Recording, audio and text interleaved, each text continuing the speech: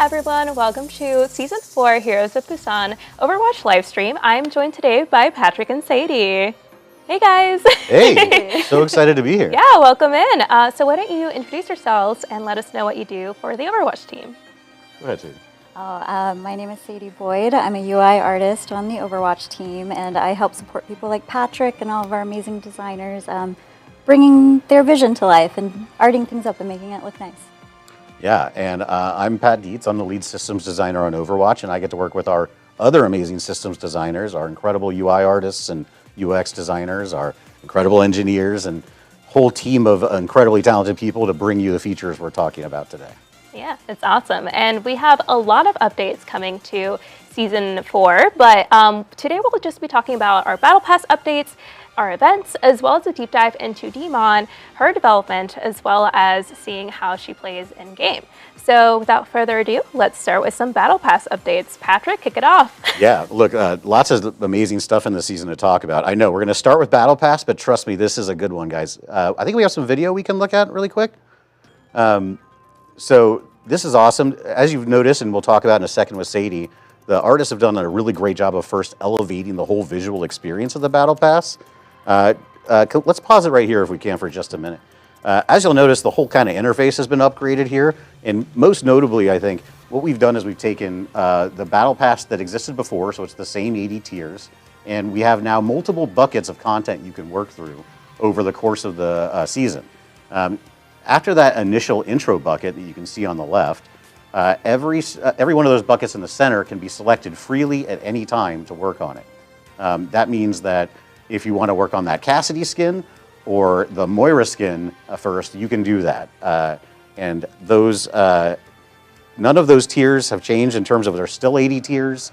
After you're done with those tiers, you work on the prestige passes, but you get to choose the order that you work in. We can keep going on the video a little bit. So you see the whole experience is kind of elevated here. The whole point of this update, guys, is to give players more agency and choice for the goals they are working towards. So within each of these buckets, you can see a shorter track, but still a number of cosmetic rewards, and the capstone for each one is the legendary skin for that tier. And we're going to get to it in a second here, but we have an even more exciting feature, I think, than this waiting for you. So if you own the Battle Pass, you can do something that we are calling tier hacking. This is a pretty novel feature where you can enter any legendary skin on one of those tiers that you don't like. You can pull up this Sombra hacking option and go ahead and hack that skin into a completely different cosmetic from this curated list of other legendary skins. So get another legendary that you actually want for maybe something that you were less interested in. And that's tier hacking. That's like one of those per season for people who own the Battle Pass. It will expire at the end of the season, so use it because so will the Battle Pass. And yeah, those are the two biggest parts of the feature now. In just a few weeks around BlizzCon, we have another huge surprise for you, and when we reveal Battle Pass Unvaulting, which allows you to take old Battle Passes that you haven't completed and actually continue working against the tier rewards, the cosmetic tier rewards of those passes. It'll be back in the old linear style, and there'll be a curated list of cosmetics there, but for the first time ever in Overwatch, you don't lose that Battle Pass entirely when it goes away. You'll still be able to work on those rewards even after the season is over. Yeah, that's awesome. And we had a director's take go out recently talking more about the Battle Pass, but we did get some questions, so I want to clarify some things with you, Patrick. Sure. So first, if I forget to pick a new track, does XP bank, or does it auto-pick a track? Or does nothing happen and I miss XP? You'll never miss XP. It never goes away into the void. It'll default to the next track from left to right that is available, and you can go in and select another one at any time. Awesome. And how frequently do we change skins in the tier hacking pool? That will change out every season. So we'll do a new curated list of skins every season, and we're making sure that they are like a pretty cool list of skins. So in this one, you will eventually see we have Cardboard Reinhardt in here. We have some banger skins. So we're not just giving you the dregs here. These are some killer skins. That's awesome. And now going over to you, Sadie. So you worked on this Battle Pass as well, and I hear there were some lore tidbits and some things that you put in here, some Easter eggs maybe. Yes, so when we did the UI UX refresh earlier this year, which honestly feels like a lifetime ago at this point, But when we did it, we heard a lot of community feedback that our menus were a little gray. And so when this feature came up, it was the perfect time to kind of test it out and address it and everything like that. So essentially what we decided to do was go back through and like in lieu with like how Overwatch is returning to its roots and kind of putting all this really cool narrative and lore and everything, we want to inject that a little bit into the game as well and kind of make it an immersive experience. And so it was a perfect opportunity. So I went back and I think you might see some images or something come up of the Recall cinematic with Winston and Athena predominantly. And I think Athena is such like a really cool character, and she's been with us since the very beginning. And she's Winston's trusty AI, and she's much more than that. And I thought she was such a cool character, and I wanted to kind of bring her forward and kind of inject her into these spaces. And so we kind of focused on that. And so this is some explorations at first of some like 3D mock-ups of like how we wanted to approach the space. So this is just like inside the base, the whole theming and the whole idea of it. This is floating Genji is just like kind of throwing it in, but the whole idea was kind of making it feel like maybe you are in the Overwatch base. You are in like a hologram room or a holographic like space, and Athena's kind of helping you like navigate, the skins, the tier hacking and everything like that, and she's calling out to you about certain things. And so we wanted to make it feel like you are a part of Overwatch. And this here is, I call it my aquarium concept. So this is one of the concepts that I painted and came up with to kind of pitch the idea of like, what would it feel like being inside the Overwatch base or like being part of Overwatch? I don't think we'd need like a 20-gallon tank, aquarium tank in the Overwatch, but hey. I'm here for it. Hey, I mean, I like aquarium. Yeah, it's got the iconic like hexagram patterns and everything that we come to know about Overwatch, and this is a very early mock-up of that stage of like what would it look like. But yeah, essentially what we decided to go with was kind of because Athena is an AI, and so she adapts to whatever is going on, and so the whole idea is that each season, the theme and like the thematic vision for the season does tie into whatever that season is themed after. So if you're in, the battle pass and everything like that, you'll get to see like, like previous season we would have like Xion and everything in the background. So it's just a little way to make it feel a little more immersed. And this is a really great mock-up that I believe our principal UI artist did. Yeah, just very basic, but I like peeling back a little bit, showing the community like this is like a very basic mock-up, but like what it came from to what it is now. But I want to recognize like, oh my God, so many people worked on this. For sure. Our amazing principal UI artist took my aquarium concept, as I like to call it, and made it a reality. And we went from there, and so many people worked so hard on this, and like there's a lot of love, and there might be some like little Easter eggs in there with a little someone. Yeah, where should people look for those? Maybe some info panel, something like that. But there's a lot of really amazing work done by amazing people. So, but hopefully, if the community likes this, we can kind of keep injecting that into our other menus. Yeah. Hopefully. So if you like something, be vocal about it. Yeah, for sure. They really killed it. Our team is incredible. We love them. And Sadie really nailed it with this design. The whole experience will change season to season and really just kind of pops now. And I love it. Yeah, that's amazing. Well, thank you so much, Sadie. Patrick, you're going to stay on because our next segment is events. We'll be talking about some of the events coming this season. So thank you so much, Sadie, for joining us. And we have a video featuring Savon talking about our first starter event for the season that'll play soon. Hey y'all, I'm Savon, an events producer on Overwatch, and I'm here to show you our Season 4 start event, Shooting Star My Mecha Mania. This event is all about the Mecha Squad and features a familiar game show theme, Shooting Star. At the selection screen, you'll choose the first mecha pilot you want to support. Before making your choice, you can preview each pilot's reward track and see what rewards they're offering. Once you select a pilot, you'll begin working through that pilot's event pass. To progress through the event pass, you'll complete daily and weekly challenges. This event, we're improving the amount of time in-game to earn rewards. So instead of feeling like a bit of a grind to get everything, you should hopefully have a more enjoyable time earning all rewards. At the top of the screen, you'll see your event progress, represented by stars. Each star represents a completed Mecha Pilot Pass. When you finish your event pass, a star with your selected pilot will light up. When you complete a pilot's reward track, you'll unlock a special conversation featuring that pilot. Completing a pilot's pass does more than unlock rewards. It also contributes a vote towards that pilot's standing in the global popularity contest. Your support is tracked on a live global leaderboard that you can view throughout the event. As more players complete passes, you'll see the ranking shift and find out which pilot is leading the competition.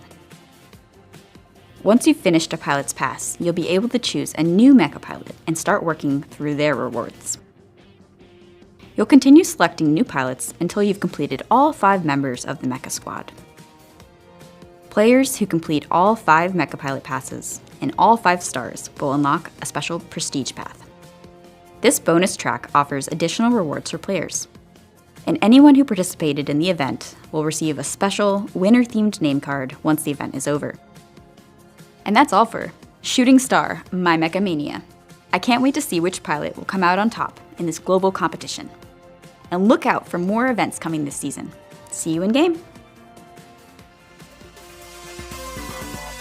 And we're back. We're also joined today by Fernando. Welcome to the stream. Hey, Anna, thank you for having me here. My name is Fernando, and I'm the head of Overwatch Esports. So I get to work on all the cool competitive side of our game. Yeah, it's awesome. And can I say your jacket is really cool?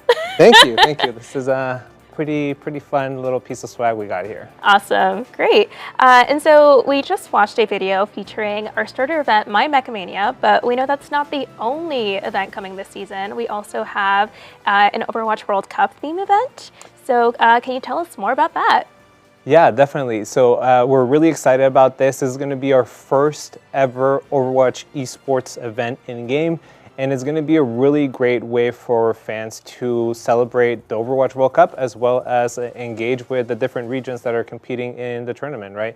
So our fans will be able to cheer for either Americas, EMEA, or Asia, which are the 3 regions in the tournament. And it's some really exciting stuff. Patrick, do you want to cover some of those? We got some great footage up right now. I mean, as you guys can see from the last event that Savon just went through gratefully, we've done a ton of work on this event attack. A lot of the team has been doing killer work here, both on the art and engineering and every other part of this. This, as Fernando mentioned, is our first ever esports event, meta event that will coincide with our finals in the game, which is super exciting for people at BlizzCon, for people watching at home. You have 3 tracks here, each one representing a different region. You can complete all 3 during the course of the event, and as you're completing them, you will earn cheers. Cheers are effectively votes for your favorite region. So you can see up here on the top right, we have another global competition bar, which represents each one of the 3 regions. So you can make your voice heard in terms of which region you want to win, and we will reveal those results as they happen every day. And I believe the winner of this event gets a special weapon charm. So the region that wins, the community will all get a special weapon charm. And I think we'll get some surprises in some of the maps too. Is that right? That's correct. It's actually really fun because the weapon charm, you may be able to not only get it in game, but you'll also potentially be able to get it out of the game as well. So we were really excited about that. The other cool thing about this event, I think that we haven't mentioned yet, is not only will you be able to earn cheers by participating in in-game challenges, but you'll also be able to earn cheers for the first time by watching Overwatch Esports. So you have multiple ways that you can engage with our community and our game and the competition to participate in this event. It's awesome. So we continue to make events that make these feel like more interactive with the audience. In this case, you get to interact with your favorite esports teams. Coincides along with the finals at BlizzCon, and really cool to bring the community in this way and have more interaction in these events. Yeah, for sure. And then Fernando, I hear there's a lot going on with esports. Like, what are the recent updates that you can share? Yeah, definitely. So we just wrapped up mid-season championship at Esports World Cup, so that was really fun. Zeta Division took the championship there. It was a really awesome tournament. If you haven't checked that out, go watch the VODs. Really fun tournament. We're heading into Busan in a couple of of days at this point. I think, a lot of us are flying out on Friday. And that's going to be group stages for the Overwatch World Cup. Top 16 teams are going to be competing there. So make sure to tune in for this. Super fun, basically 4 days of Overwatch competition that you'll be able to enjoy for World Cup content. And then that's going to determine the top 8 teams that are heading to BlizzCon in September. A ton of other stuff that we have going on right now. You'll be able to engage by watching our esports. You can engage by checking out our merch. That's going to be launching very soon, so make sure to stay tuned on our socials for all of that. Yeah, that's fantastic. Well, thank you so much, Fernando, for going over esports. And Patrick, yes, because this is your last segment for you. You can head out as well. So thank you both for joining us today. Up next, we'll be going into some of D.Mon's development. We have a super cool video featuring Hack that will go into some of the concepting for D.Mon and some of the behind the scenes. And then when we come back, we'll dive into her kit. So that should be playing shortly. 안녕하세요. 반갑습니다. 오버워치 팀의 리드 테크니컬 아티스트 이학성입니다. 오늘은 D.Mon의 아트 개발 과정에 대해서 이야기를 해보려고 합니다.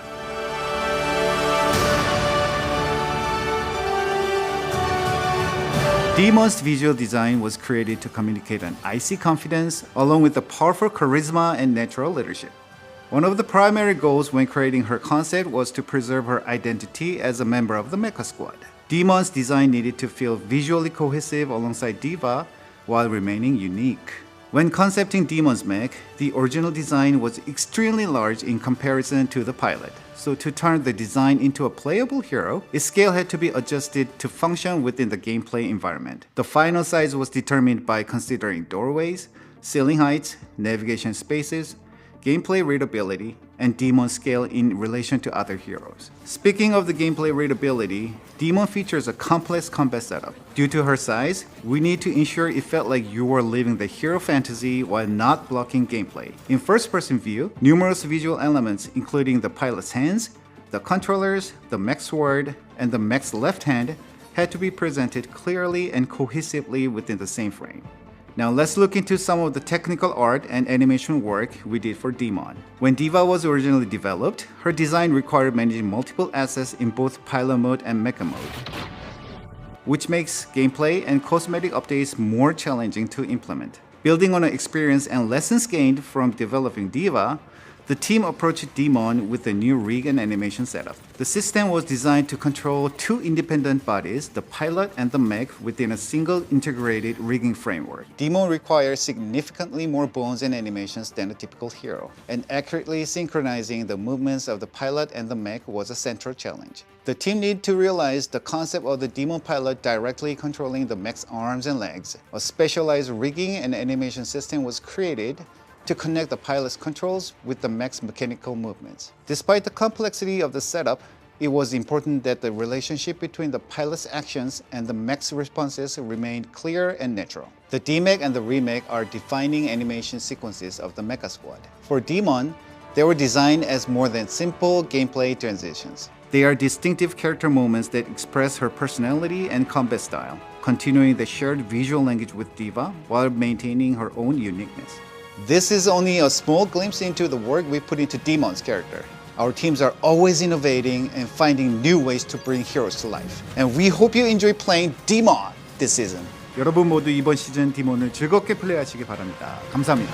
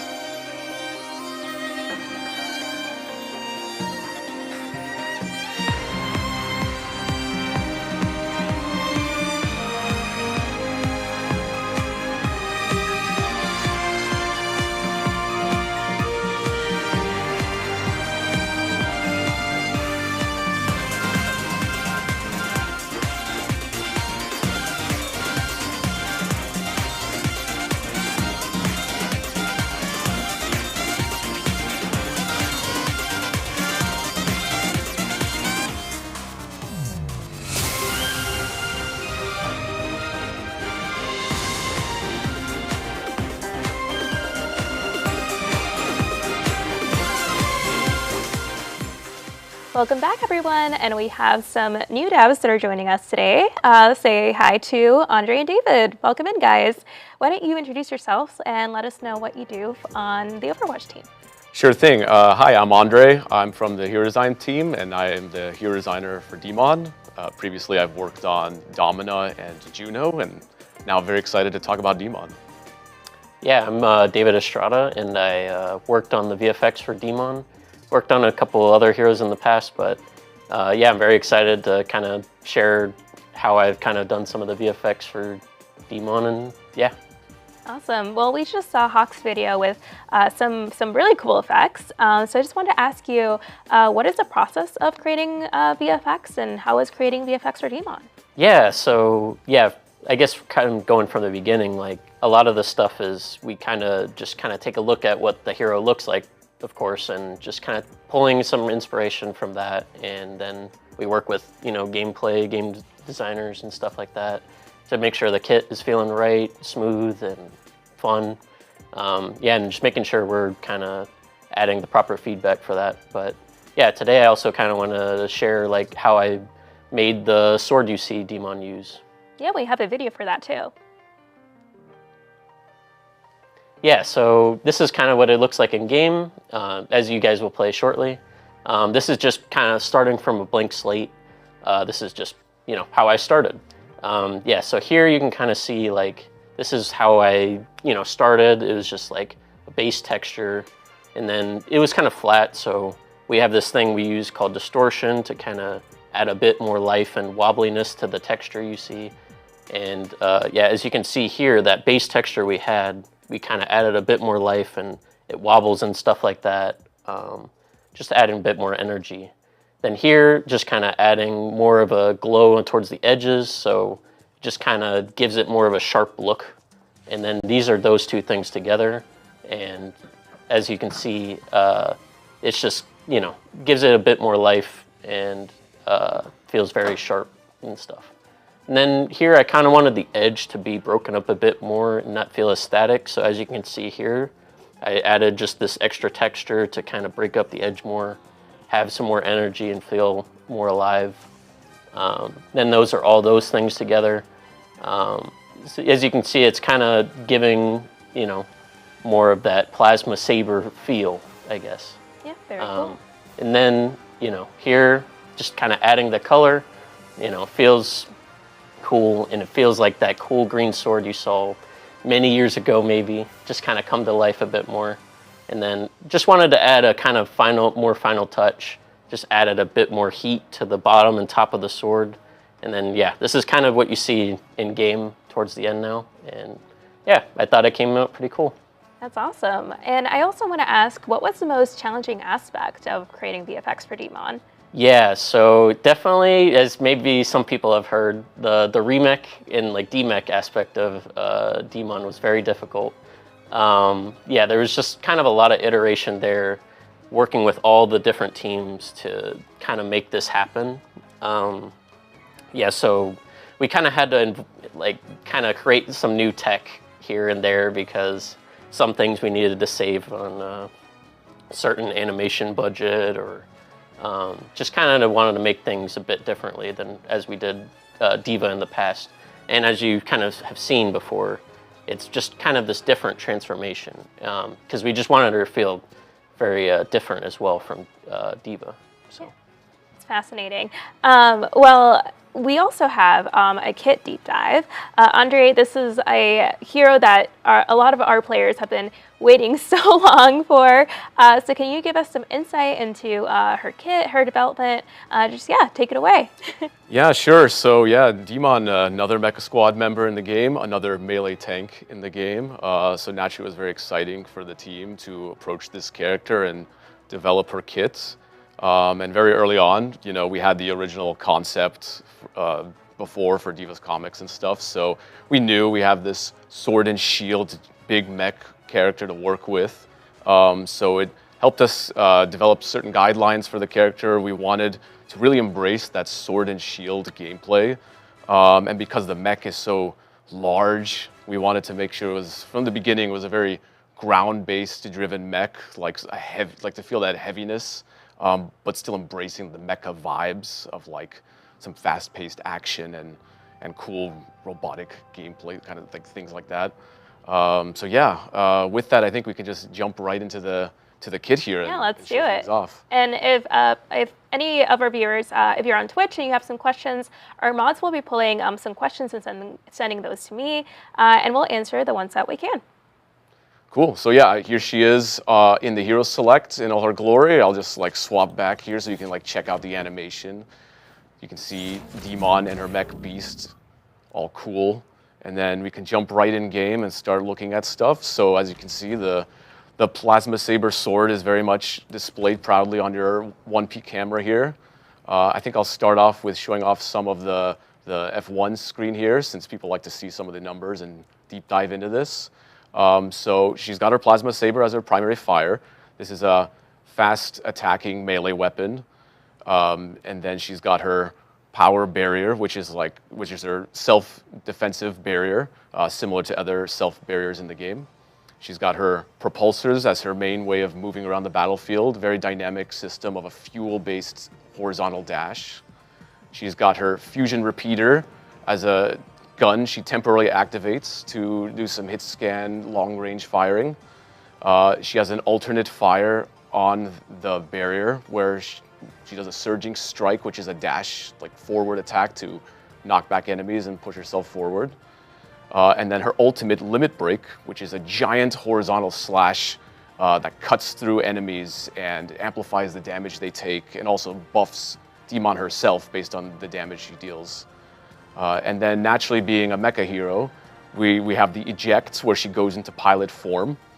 And with that, she's got her portable fusion repeater, which is really exciting for the team.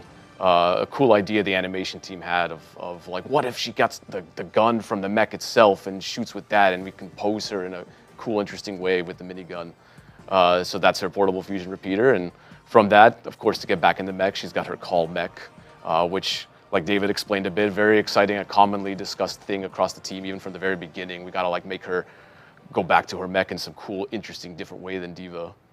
Yeah, it's great. So we have a couple questions that are coming in. So when her sword was initially an ability instead of a primary fire, what were you going for in terms of her kit, or was it pretty similar to how it is now? Yeah, when we were exploring that, we went back and forth a little bit, like starting with a melee weapon, we like to try a lot of things on the development team, even if they might not work out, because we get a lot of learnings from them. With that, we wanted to embrace some of the mech gameplay. Mechs are like as part of the fantasy is to swap between different things and stuff like that. So we thought like, well, she could swap to the gun, back to the sword, or vice versa. So that was an attempt early on to be like, maybe she could use the gun at first, or just as the main way of doing it, and then get bigger hitting moments with the sword. But we felt that was too much straying away from that sword and shield fantasy we really want to have at all times for the character. For sure. We also have another question.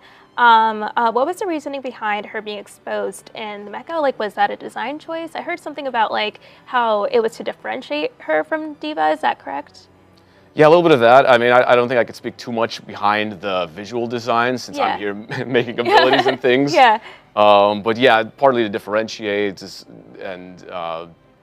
and like we also had to rescale her mech, since in the original concept she would have been way bigger than even this, and she's already like the biggest tank in the game at this point. So I know there was a lot of discussions around scaling and stuff like that too. Yeah, sounds great. Well, we have a couple questions here as well about damage, so maybe we actually get to like try her out. And yeah, let's just take a look at her now in game. All right, so her sword attack is this double slash attack she does. It's like a lighter, faster form of melee combat. So here you can see how she's just hitting enemies like this, doing this 2-swing combo all the time. And then she's got her power barrier here, which is like this self-kite shield design we have to protect herself and anyone behind her. It follows similar rules as her other self-barriers, where she moves slower and can't attack during it, but is protecting herself. She's got her propulsors here, which is a fuel-based movement system. So it doesn't just move you only forward, you can move it any direction you want. It's the real kicker of the kit because you can do all of your different basic abilities while using this. So you can also just swing the sword with it up. Since it's a fuel-based system, you can activate it, deactivate it whenever you want. Try to conserve fuel. A lot of that goes into your gameplay throughout combats. Same with the barrier. You can definitely use it while having the barrier up, which is cool. Visual design, thanks to David and others, of having her thrusters like actually adjust based on her movements, which I think is really cool. So that is her propulsors, and then she has her activatable ability for the fusion repeater, which is a gun she activates on a duration that has hit scan and some spread to it. So this is her way of handling long-range targets or targets out of range, or some way to close in the gap, weaken your enemies, and then finish them off with your sword. Again, you could use this while the propulsors are up and skate around the battlefield and shoot at enemies. So yeah, that is her basic kit there.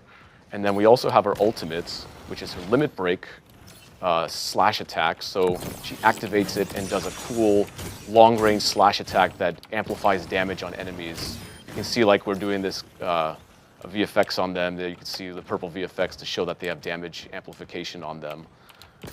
And she can actually aim during this 1 second cast time during it to adjust how you want. And it is an actual horizontal slash she's doing. So you actually have to be cognizant of enemies being horizontally aligned. If anyone's like offset upwards or downwards, that's another way to avoid the attack. So there it is. It has like a 20-meter range to it. It can definitely be like blocked by line of sight and other things, so that playing around on the battlefield, repositioning yourself with propulsors is going to be key to getting the best output out of this. I have another question from chat. What was the decision for the south barrier and not a wider one for the team? We didn't want to step on the toes of Reinhardt, which is very much the slower, more positioning and giant barrier fantasy. We felt like it was very much Reinhardt's thing. So for D.Mon, we wanted a more agile character, especially being in a mech with thrusters and things. We knew we were going to move her a lot more. So with that, we wanted to do a more self-protecting barrier with that. Again, to like kind of complement her fast style balance around that and not step on the toes of Reinhardt. Yeah. And for her ult, is it a full 360 or just a cone in front of her? And also, does it go through shields? It is not a 360. She does a 360 spin because our animation team's amazing. They want cool animations, but it is a cone attack that she's doing. You can kind of see it during the 1 second targeting moment there. You're aiming with the cone, adjusting up and downwards, and it is just that spread in front of it. Very cool. And then I forgot I did not show the surging strike. So while you have the power barrier up, you can activate surging strike, much like how you might expect shield bashes to work. And that is a movement you can do forward and knock back enemies, and it does a decent amount of damage. And we also like this because it helps like add more dynamic gameplay to her melee system. She could be like swinging and then choose at the right time to do her surging strike to close the gap if enemies are getting away, or take advantage of the environment and knock them off. Another question here: does her remake have knockback? Her remake, yes. Let's just get into that. I think I'll just move over here and get to that pilot mode moment. Might take a few seconds here, but yes, the remake, when she activates it, she's going to do a big explosion around her, which does damage and knockback. Different than D.Va. Again, part of the gameplay and visual design was to differentiate from D.Va and do some cool moment there. So I go into pilot form here, and her pilot form has her portable fusion repeater, which is similar to it is the same gun from the mech and it fires similarly. We're trying to go for a fantasy of like, well, it's not powered by the mech, so it does deal different damage and stuff like that. Has a wider spread because it's being held by the pilot herself. But it is a fast firing hit scan gun with spread to it, so that's kind of the balance behind it. It's kind of want her to stay close range. Because she's kind of going to be, when she demechs as a melee tank, you're going to be in those positions, so we felt that was more appropriate. And yeah, so then she's got her call mech here, which I'll show off. She's going to go into like a third-person camera and actually do the cool animation and reform her mech. Yeah, and that explosion she does will do damage and knockback, and in like a 5-meter range. And the cool part about that, if you saw, like I'm in third person and I can turn the camera around, which is actually nice for gameplay to like adjust where I'm going to go next after I've remech, like start using my propulsors and go elsewhere. Kind of similar like how Reaper does it in his Shadow Step form. And then just to clarify, does the ult go through shields?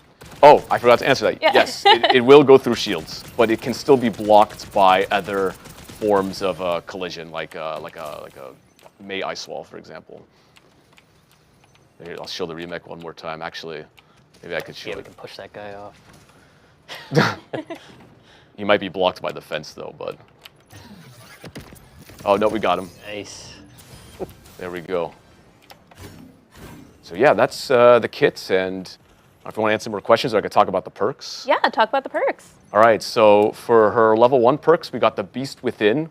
Great name, where her sword hits will actually heal the barrier based on hitting enemies. So not the damage you deal, but just any hit will heal your barrier 40 health. So if you're ever struggling in combat, needing more barrier health, this is the perk for you. Otherwise, we have Mecha Mobility, where her power barrier, while it's up, will drain less fuel. So remember how while you have the barrier up, you are slower moving. That also factors into while using your propulsors. But now with this up, you're actually conserving some more fuel, which lets you use it for longer. So you're kind of covering almost the same distance you would without the barrier up, but you're still overall slower. You're just draining less fuel. It's a good way to conserve fuel if you're struggling with that too in gameplay.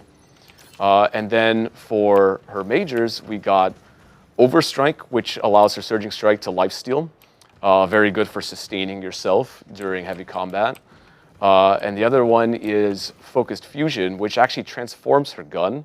Again, embracing kind of mech fantasy here of changing parts of your kit. It makes her gun fire slower but stronger shots and kind of turns it into like a sniping weapon. So again, before I pick it, I can just show what the gun is like here, fast firing.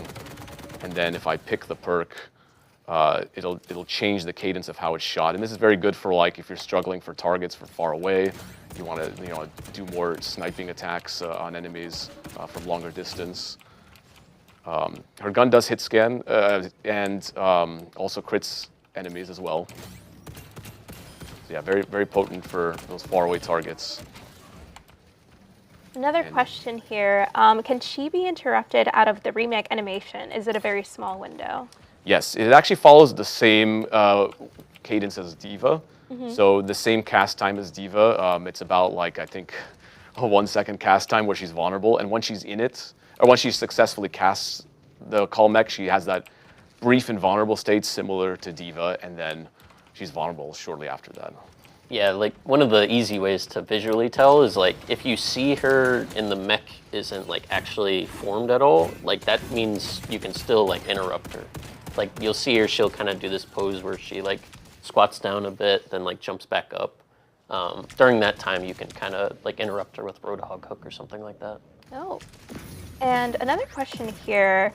Does Focus Fusion affect the weapon while she's demexed? No, that one does not. Felt like it might have been too niche of a case where that might matter, or might make the pilot form too different. But it's an interesting idea. We definitely played with it for sure.